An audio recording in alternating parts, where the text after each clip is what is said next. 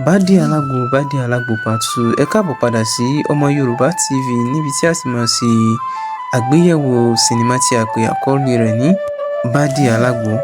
Fún ẹ̀yin tí ẹ pàdé ìkànnì wa yìí fún ìgbà àkọ́kọ́, ẹ má gbàgbé láti bá wa tẹ subscribe button. Bákan náà kẹ́ ẹ drop comment yín sí comment section. Sinimá yìí sọ nípa Bádírà Alágbo.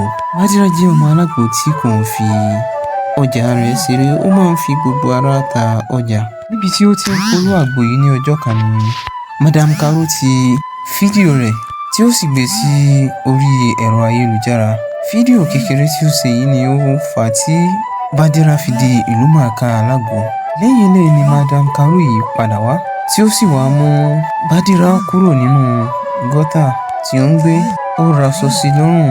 Báyìí ni ó sì fi ọ̀nà influencer hàn. Àmọ́ lẹ́yìn ọ̀rẹ́yìn tí Bádírà di celebrity tán ló di pé ìka kan ò wọ́ ní ìdí mọ́.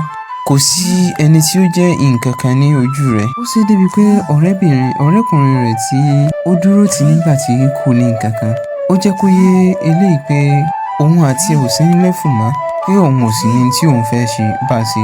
Ó ṣe títí ó ṣe dé ọ̀dọ̀ àwọn òbí rẹ̀ mi. Ìyá rẹ̀ àti àbúrò rẹ̀ ó lé wọn kúrò nílé, ó ní wọ́n ń kó ẹ̀rẹ̀ bá òun. Bákan náà sinimá ìparí síbi tí Madam Caro ti gbà níyànjú kí ó má gbàgbé orísun rẹ̀, pé àgbo tí àwọn èèyàn fi mọ̀ yìí tí ó bá tún ń ṣe ohun tí ó jọ yóò tún ràn lọ́wọ́ láti rí follower sí. Àmọ́ ọ̀rọ̀ yìí ló bí Bádírà náà tí ó sì fi gbéná ojú Madam Caro yìí. Ó bá débi pé ó lé arábìnrin yìí kúrò ní ilé rẹ̀.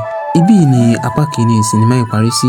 Ohun tí ó ṣe é ṣe kí a máa retí ní apá kejì ni pé kí ni ó gbẹ̀yìn Madam Caro àti Bádé Alágbo?